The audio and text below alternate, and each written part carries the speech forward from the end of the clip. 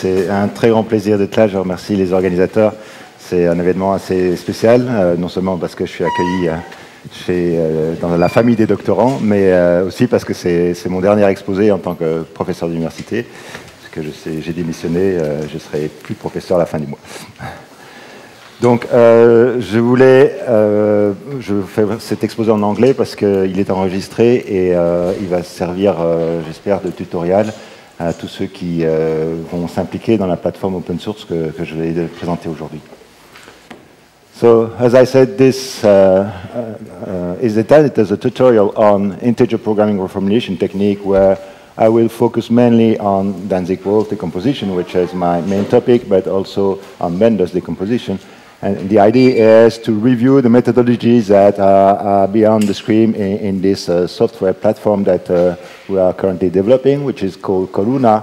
And this is an open source software in the Julia language. So before talking about reformulation, we need to reset our mind on what is a formulation. So the presentation will start from very basic material, reminding you that when looking at combinatorial optimization problem, we have to find a solution of minimum cost amongst a discrete set, and a formulation for such problem is simply a polyhedra with an objective function which together defines the formulation in the sense that if you look at the integer points inside this and you look at the one that minimizes this objective function, you are solving the original combinatorial optimization problem. Now, formulation can come in various ways. You have typically various ways to develop a valid formulation for a problem, and more generally, what this picture doesn't show is that these various ways can be in different variable space. And some ways are better than others. So what we qualify a good formulation based on the fact, for instance, that the size is reasonable or that it doesn't have any symmetry built into it. But the most important qualification is whether this integer programming formulation, when you take the continuous relaxation, defines a good approximation of the integer set, because as you know, we solve this integer program through an enumeration technique where the enumeration is truncated thanks to this good approximation of a by the EP. So in this regard, the best formulation that we could hope for is the convex hull of the integer point, and so the quality of the formulation is whether it defines a good approximation of this ideal formulation, so the inscription in a polyhedra is a direct comparison between two formulations to say that one is strictly better than the other. Now, to improve formulation, sometimes we have to go in a higher dimensional space. So say that we start with a formulation in two variables, and then now I add a third variable there, and I can express my problem in a more accurate way if I exploit these new variables. And it is more accurate in the sense that if you project it back in the original space, you get there what we can see as a better formulation than the black one. So to understand this, you need to understand projection. And projection is simply a definition like this. So if Q is the extended polyhedra, then its projection, the red part here, is defined by the set of x's for which there exists an associated W variable such that the pair XW lies in the higher dimensional polyhedra. So it's just what you would expect. Now, these reformulation technique need to be used because they are a very powerful way to exploit the combinatorial structure of your problem. And the two focus that I will have today on Benders and Danzig can be seen as a generic scheme to generate derive such extended formulation, and the associates are going to handle those formulations. Now, they are typically extended, that is, they have a large number of variables and constraints, but in practice, this cannot be a big issue because you can handle these variables and constraints in a dynamic way, and therefore the method can scale up to very large real-life application. And they are a bit tricky to implement, but through an efficient implementation, you can come up with something which is very competitive compared to the existing best solver. And the problem is that as they require specific implementation, people are stuck into re-implementing everything all the time, so that's why we want to provide a generic code. So we have been working on that in while at INRIAD at University, but that was a non-open code, so now we want to make an open version of this method in a different language, which, so that as we leave the university, our heritage will be used by the whole community. Now, this is the outline of the talk for today. I want to present Benders and Danzig under the same hat as two use cases of subgradient linearization techniques. And therefore, we can see that any solution method that applies to subgradient linearization can be used just as well for Danzig and Benders. And we can transfer everything that we had for Danzig's approach to Benders' decomposition approach. Then I will quickly review some of the features that you need to have an efficient implementation, basically just listing them to know what is expected to have in the software. I also emphasize a bit on how we get integer solution in the end, and then I show a few examples of the melodic language of this new software, which is called Coluna.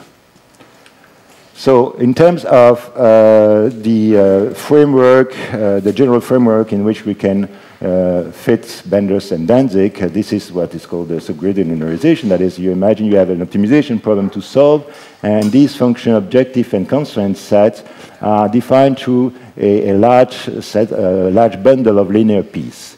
And these, so we can assume that only the constraints are defined in this way, because you can always do this trick of defining a variable that represents the objective and then set everything in the constraint set. And then these pieces are so many that you are going to generate them on the fly in the course of the algorithm. You cannot define your problem exhaustively at the start. So this generation is done through a separation routine. So the separation routine, that is given a current solution of the current approximation with a subset of these pieces, you have an oracle that tests the true value of the function at that point. And if the true value is the same as the approximate, your problem is solved optimally. If it is not, you have find a violated constraint, so you add an extra piece, and that's how you refine the current approximation of the function. So basically, this oracle defines the function implicitly. Now, let's see that Danzig and Benders are both special cases of that. For Danzig, that we know better in this community, we consider the context where the problem is structured with different sets of constraints. You can decompose the problem through the constraint sets and say that the green sets define a easy set, that is, you can solve an optimization problem over that set, while the blue one is making your life complicated. And typically it's the case when the green set is a block diagonal structure that will split into much smaller problems, and these are linking constraints that make your life difficult.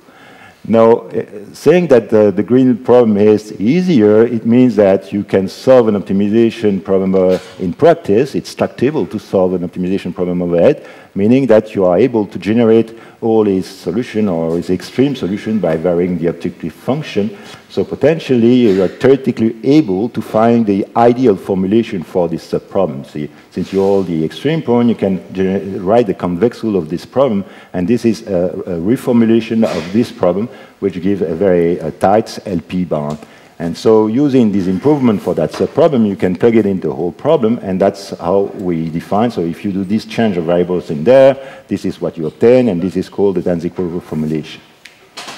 So what's the link between this and the subgradient that I was telling you about? Well, the link is through the Lagrangian duality, and we'll come back to that after these two examples. So example of this reformulation, well, we've heard this conference many times as a cutting stock problem, where we have simple constraints on each bin. You have to define a valid cutting pattern. Basically, you have to satisfy an knapsack constraints, and everyone can solve an optimization problem with just a knapsack constraint, so that's the easy set. But what makes it complex is that all these cutting patterns together, they must allow you to cover a demand vector. And the reformulation, in the reformulation, the variable lambda associated with subproblem solution, so the definition of the variable itself already contains the convex, the combinatorial structure of the knapsack, and then with this solution, you are meant to cover the demand constraints. So you see you have a smaller size formulation in the sense that you have projected your problem on the master constraints and the blue constraints. And so the second classical example is the vehicle routing problem, where you have easy subproblem associated with what the route. So this X set defines what the feasible route, and you have to dispatch routes so that each customer is visited, so that the number of edge reaching a customer is at least 2. And so the reformulation of this will be see if subproblem solutions are associated to routes. So you select a few of them, no more than the number of vehicles that are available in each category, and you have to do make sure that globally each customer is visited. So that's 2 examples. Now that you understood the Danzig-Wolf reformulation, let's see what's the link with the subgradient approach. Well, it's true Lagrangian duality. So when you have these hot and easy constraints, a way to define a good bound on your problem is to dualize the difficult constraints that were bothering you by transforming them into soft constraints. They can be violated at a cost, which is the penalty here. And for each penalty vector, solving this easy subproblem defines a valid dual bound. And the best such dual bound is obtained by maximizing over the choice of the penalty vector. So, and this problem can be seen, this function L, in fact, is the one, our candidate for being modeled with a bundle of linear p's, because if you look for a given vector xq here, this is a linear function of pi, so you have all this linear function of pi, and when you optimize here for a given pi, you look at the x that provide the lowest of these p's, so the L function is defined as the lower envelope of all of these p's, and so this is a function that is known through a bundle of subgradients that we want to maximize. And what's the link now with the Danzig-Wolf reformulation? Well, if we want to solve this Lagrangian dual problem, so if you have to solve this max-min problem, that is, you want to maximize this L function, this is equivalent to finding the point in this polyhedra, which is the highest value of eta. So this is how you define eta as the minimum of this, and so you bring that to an LP, and the dual of this LP is the Lagrangian, the Danzig-Wolf reformulation of the problem. Now, when you handle those problems with many constraints in this case, or a dual is many variables, you will you add those p's dynamically in the course of the solution process. And these are a little drawing to show that. Either you see that in the dual and you add cuts every time you try to cut the current solution of the approximation, or in the primal, you are restricted to a subset of solution of the subproblem, and you have to express your solution of the subproblem as a convex combination of those while obeying the master constraints. And so the properties that we have while solving this problem is at any stage, when you have a restricted master dual, you can see that, in fact, you are optimizing an approximation of the L function, in blue here. In the primal, you will say that you have to be restricted to the convex rule of the points that have already been generated. So this relaxation there, this restriction there, provide a dual bound. Why primary bound? Sorry. Why here, when you compute the separation, when you call the separation problem, in fact, you solve the Lagrangian subproblem, so you provide a valid dual bound, and you can see this as either providing the most violated cut in this dual, or providing the most negative reduced cost column in the primal, or correcting your approximation of the L function, or computing a subgradient of that L function. So we record this because we're going to be able to use subgradient methods to solve this Lagrange dual. Now, what are the benefits of such approach? Well, beyond the fact that I said we have typically better dual bound, better formulation with that, we have also the fact that, as I mentioned, that the formulation with we work has a smaller size, so we work with only a subset of the constraints, the one that define the master constraints. Then we have also applied the divide and conquer spirit, because if we have a block diagonal or even one block, instead of having to face a problem of that size, we have many subproblems of smaller size, and so we have not as bad in the combinatorial explosion of the computing time. And if this problem has special structure, you have a better algorithm for which the complexity curve has a lower explosion. So you can exploit this. And one more thing is you avoid the symmetry in the case where your blocks were identical. Instead of defining several blocks, you only keep one, and then you record how many times a given solution is used globally. So that avoids to have the indexing in the subproblem index that are identical. So these are all the pros. Now I've seen review Danzig. Let me review Benders by presenting Benders as a dual approach to Danzig.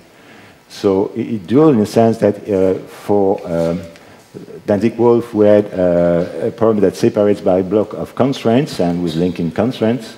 And this is typically the case when we have multiple resources. Each resource has its own constraints, and altogether they must satisfy some demand, for instance. So if you take this matrix and you transpose it, you get this structure. And so here you have blocks of variables that are linked by a column of variables here. So if you fix those columns, the problem decomposes here. So this is typically what you have in a situation where you have multi-decision level.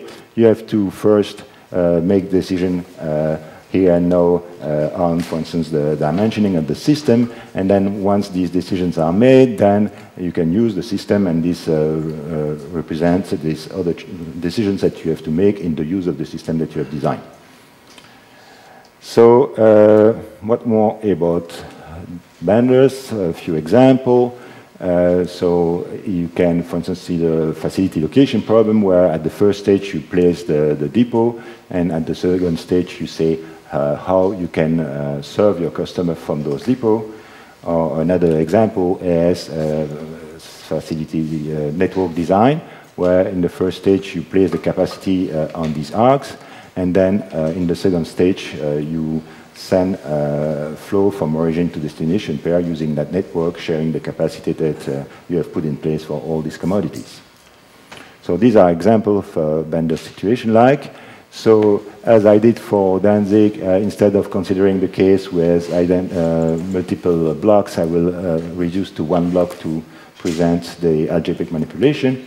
So, and make appear here what is, so this is our first the subproblem, where the global problem, the original formulation, where is the first stage variable, second stage variable, and we can define so-called value function, which is the one that we are to which we are going to apply the subgradient method. So the fact that we have a bundle of linear p's defining this function implicitly. So what is this function? Is for a fixed first stage solution, what is the solution to the second stage problem, which could be infeasible. So, and with the help of this function, we can project our problem in first and second stage decision only in the first stage, so we can make decisions here if we had this function.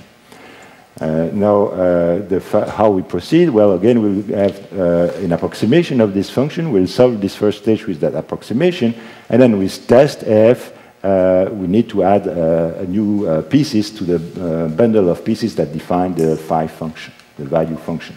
So how we test that? Well, having fixed the x, sorry, I'm going too fast, having fixed x, we can see whether the second stage problem is feasible, and I've reduced everything to a question of feasibility because the cost is modeled as a constraint here.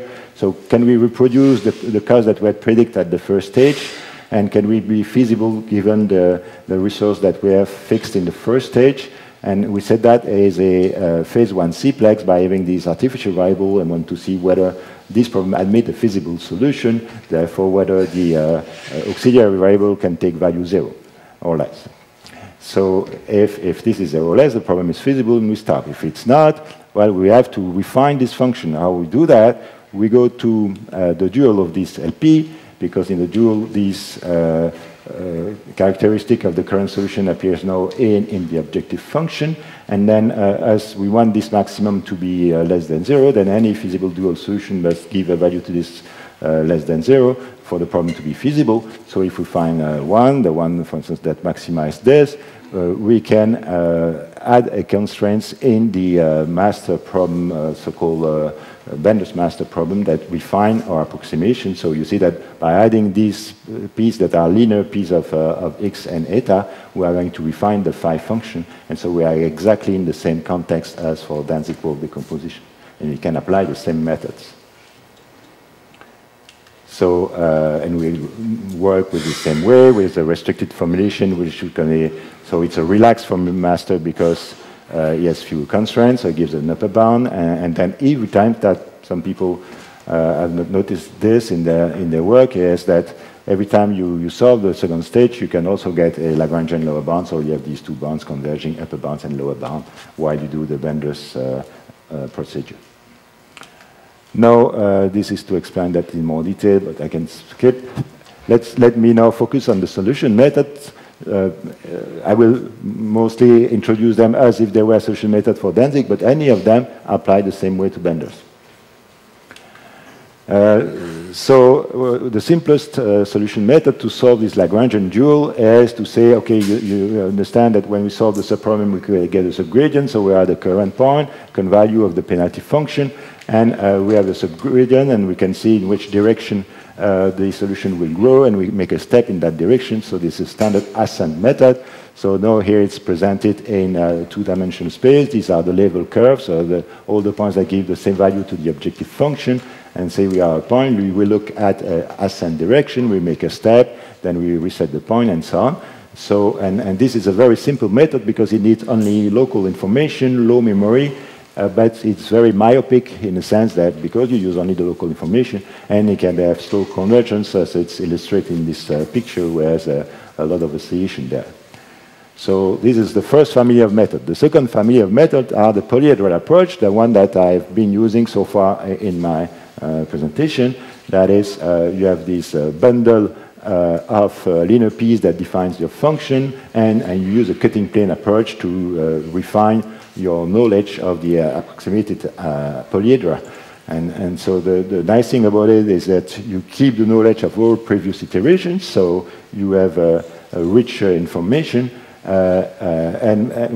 but your formulation remains a small size because you only attempt to identify the active piece. You are never going to generate the whole bundle of pieces. But the problem is you have also drawbacks with it. The drawbacks is that sometimes it takes many pieces to define the thing. If there are many, if the combinatorics of the problem is high, then you have many refined pieces to define around the optimum area. If the curve is very smooth, you need a lot of pieces. And also you have this oscillation problem that you can be bang, bang going from one extreme to the polyhedra to the other. So there are ways to fix this. We will review them later.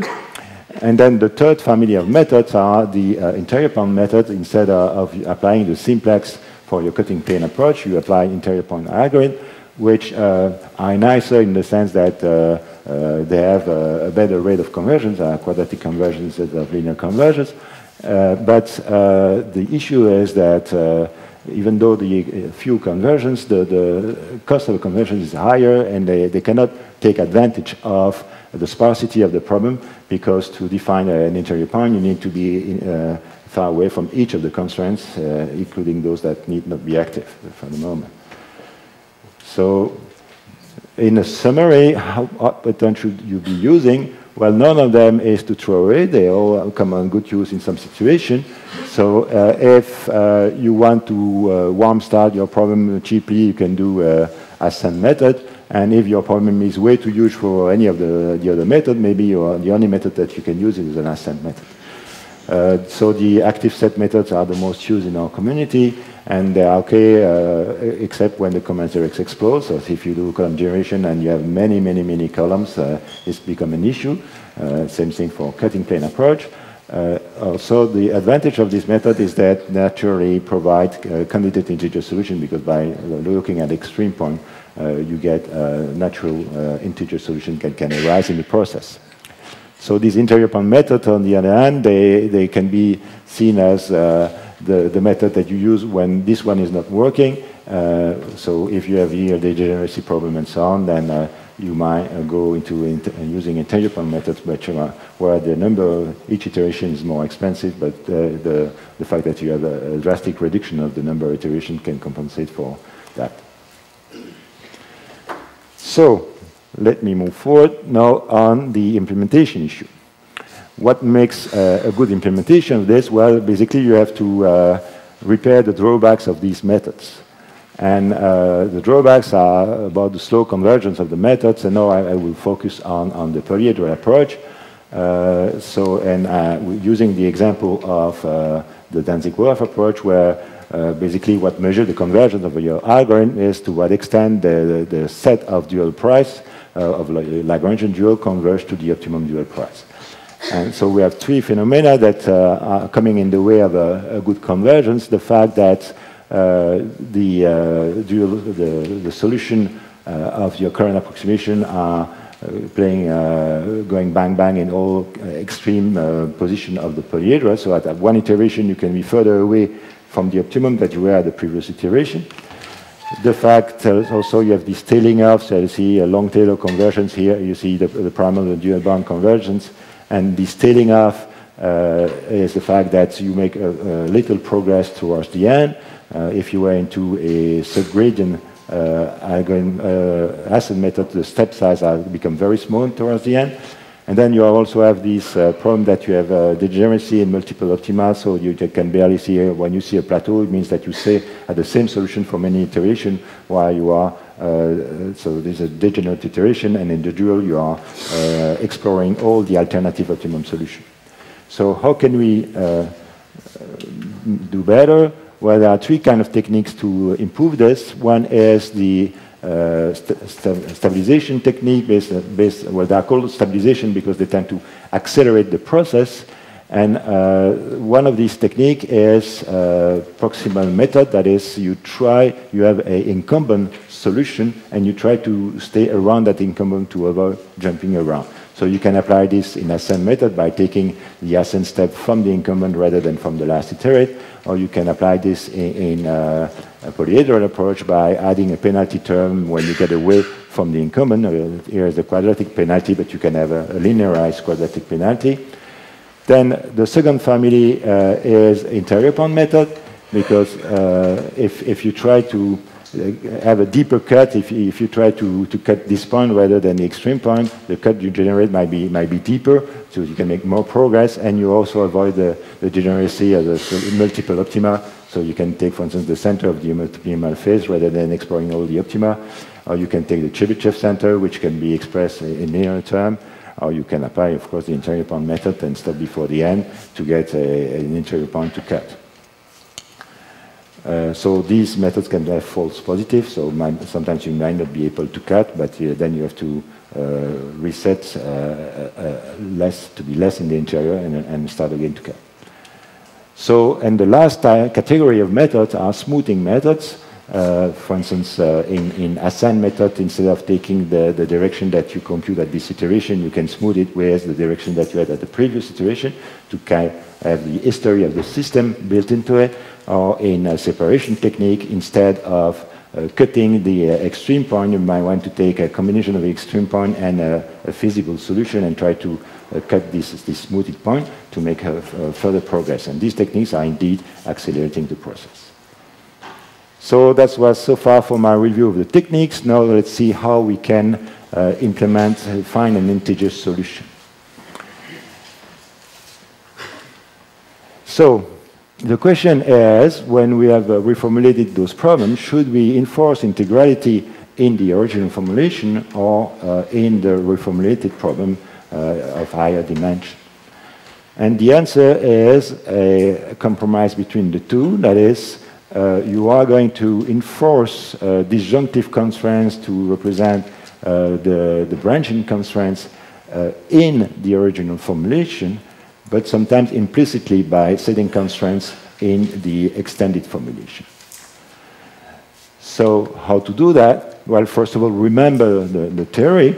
So this is the Danzig-Wolff approach, where we have two sets of constraints, well-identified subproblem, and we have reformulated the problem. And this is a valid reformulation of the original problem, where we have also translated the integrality restriction. So the original problem had integrality restriction on the component of the x vector, while through this change of variable, you have this integrality restriction on this. So you can enforce this integrality restriction there, and this will always work. So you can have a constraint in your reformulations or the master of Danzig that's saying such thing must be greater than 1 or less than 0 or something like that. So you can do the disjunction on that. Well, you can unless you have identical subproblem. Because the issue when you have identical subproblem, I mentioned this before, you are not going to define a subproblem for each index, and you are going to aggregate them. So here you don't take anymore one column, one solution of the subproblem. You take as many as you allow, and when you take this quantity, it does not represent the solution for one subproblem. It represents the aggregation of several ones, and so you cannot check the integrality on this aggregate solution, except in some exception that we'll review later. So in order to check integrality, you need to split this aggregate solution into a solution for each subproblem and check that each of these subproblem solutions are integer. So an example, take the bin packing problem, where I have here 4 solutions that appear in my master solution, and each of them are taken at fraction 1/2. And this defines the aggregate solution for 2 bins. So how can I split it into 2 individual bin solutions?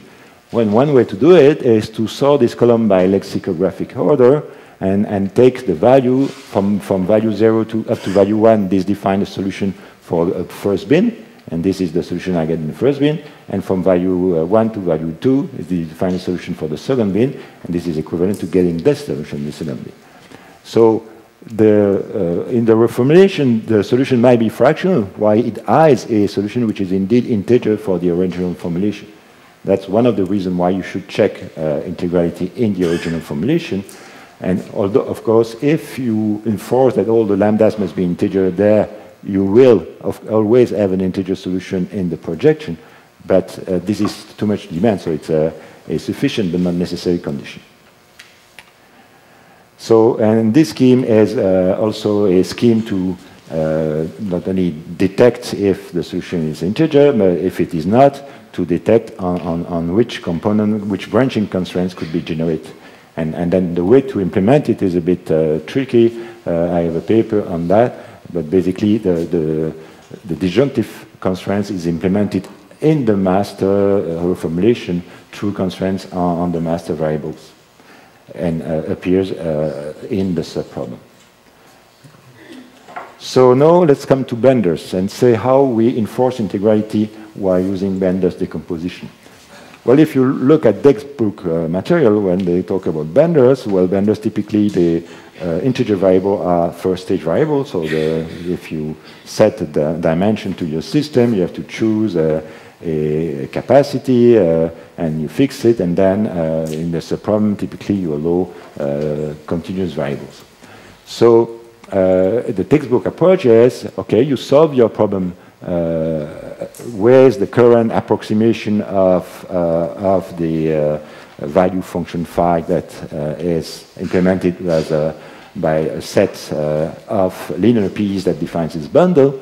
So, and you solve this approximation to an integer solution, and then you call your oracle to see if that solution is truly feasible for the second stage, and if it's not, you add a constraint and you restart. So this can be a long process, but if you are just a bit more intelligent, if you collect all the integer solutions that you have encountered anywhere in the tree, and you make a list of those, and you pass this list to the oracle and generate plenty of oracle of Bender's cut, this can be a very efficient approach. So in some cases, this is the winning approach. The simplest one, the textbook, but still it can be the best for your problem. Then the most used one nowadays is the lazy cut approach. That is, you do a branching down on your master, Bender's master, and every time down to 3, you hit a truly integer solution for the first stage. Then you test it with the oracle, and it's only when the integer is solution that you call these Bender's cut. So they are lazy in the sense that you didn't put them in the problem initially, and you postpone their check only when you will have an integer solution. So this is most often the most efficient solution. But in some cases, you can go further. You can use so-called cut and branch approach, that by which at the root nodes, you are going to try to improve the Bender's master by adding cuts based on the fractional solution. So the first stage decisions have not been fixed to integer value yet, and still you can check it in the Bender's problem. And you can only do that if you're in the LP work, and then you can check an LP solution. Sometimes if your subproblem is an integer subproblem, you might have an oracle to separate an integer solution, but not a fractional one. And then the full-blown method would be a branch and cut, where at each node of the branch and bound tree of the master problem, you try to separate fractional cut, and if you have an integer solution, you separate it just as well. You don't accept an integer solution that doesn't go through the check of separation. So that's the full-blown algorithm, not always the most efficient. Now that we have reviewed all that, let me come to the novelty here, a first introduction of Coluna. So what is Coluna? Coluna is, the name refers to the fact that it's a column and row generation, so understand branch and price if you wish, because it's integrated into a branch and bound enumeration system. And this code is open source, and a very permissive license, which is the MIT license, Mozilla public license. That is basically the only restriction is that if you do improvement to the methodology, you are asked to push those improvements to the rest of the community. But you can use it for your commercial use as well as for your research. It's coded in Julia. Julia is a modeling language which was quite recent, only 10 years old or something, and it's intended to be as friendly as Python and as efficient as C. So, and the Coluna code is building on what is known as JUMP. JUMP is Julia Math Programming, which is developed by the Julia Up community as a math programming modeling language, like MPL and others.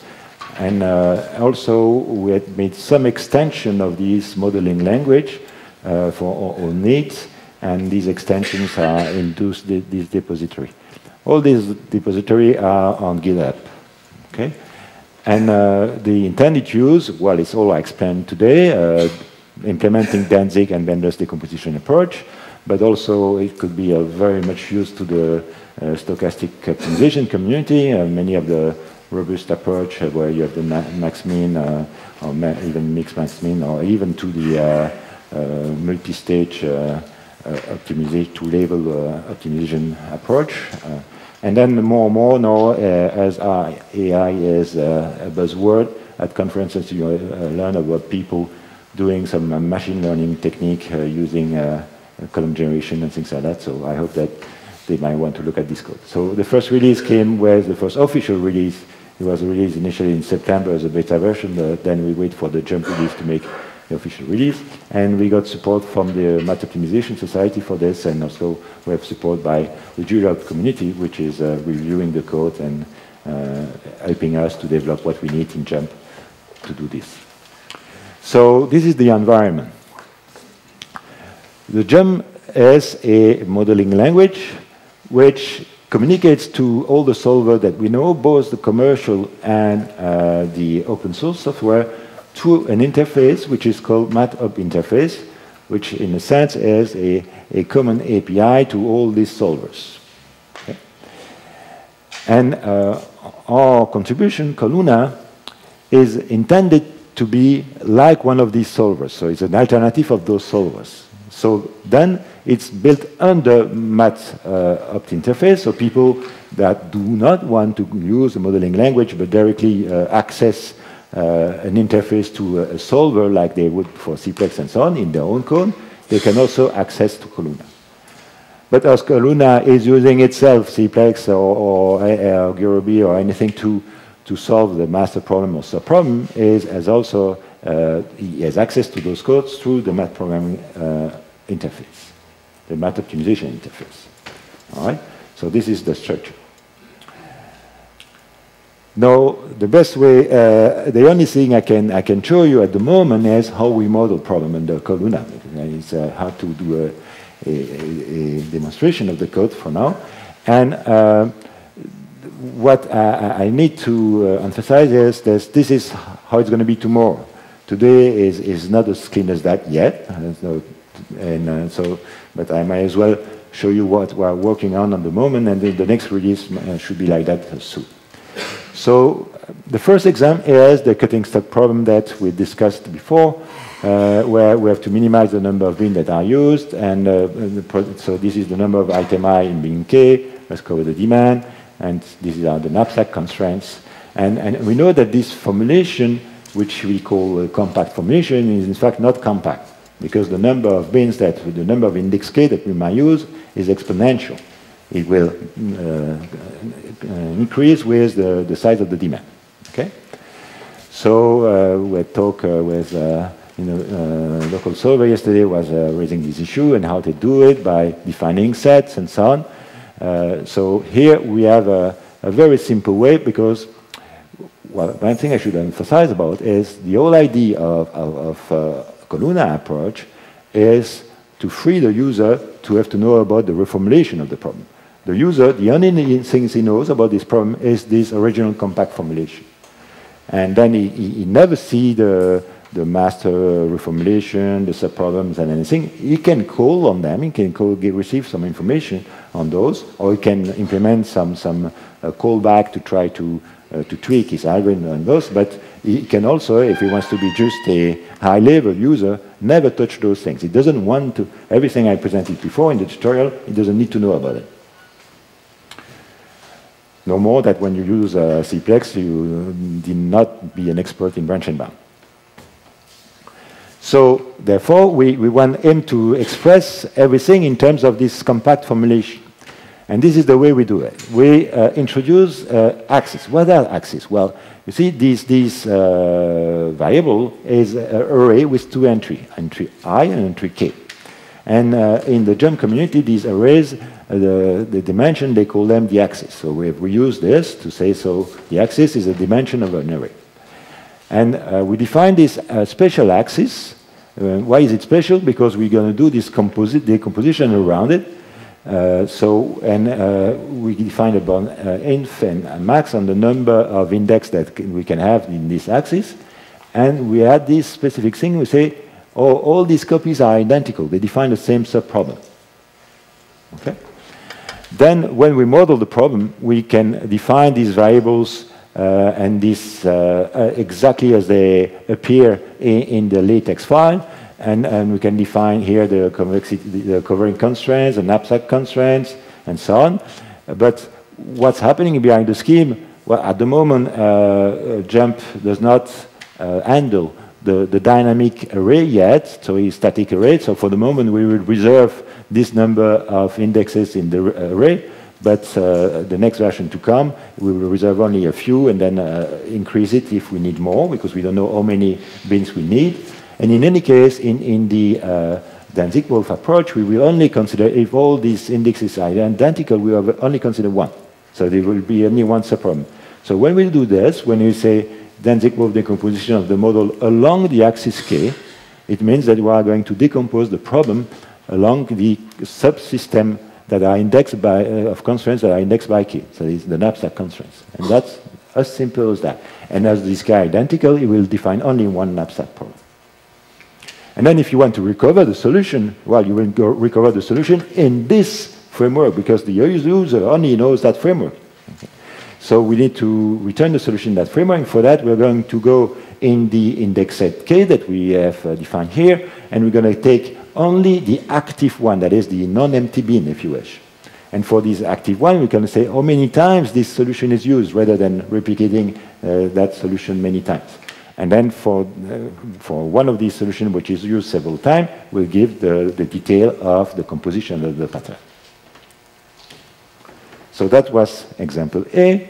Let's go to example B, the vehicle routing problem, to show you an example of how people can connect to their specific oracle. So example B, A was you solve the subproblem, the knapsack subproblem with the MIP solver. Here now we have a special subproblem, which is the resource constraint shortest path problem, and this is a code that is developed independently, and as an interface, you have to provide a network. So it's resource constraints, that is every time you use an edge on the network, you have some resource consumption, and you have to make sure that you satisfy the capacity and the resource consumption.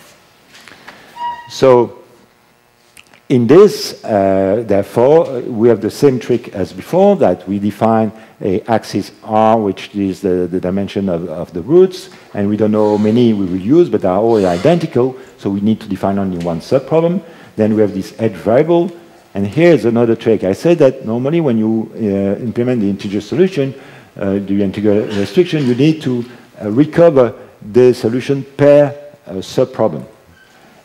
In most VRP problems, it's not the case, because we have the flow decomposition theorem. So if the global arc flow in the network is integer, then you can decompose it into integer flow for each vehicle.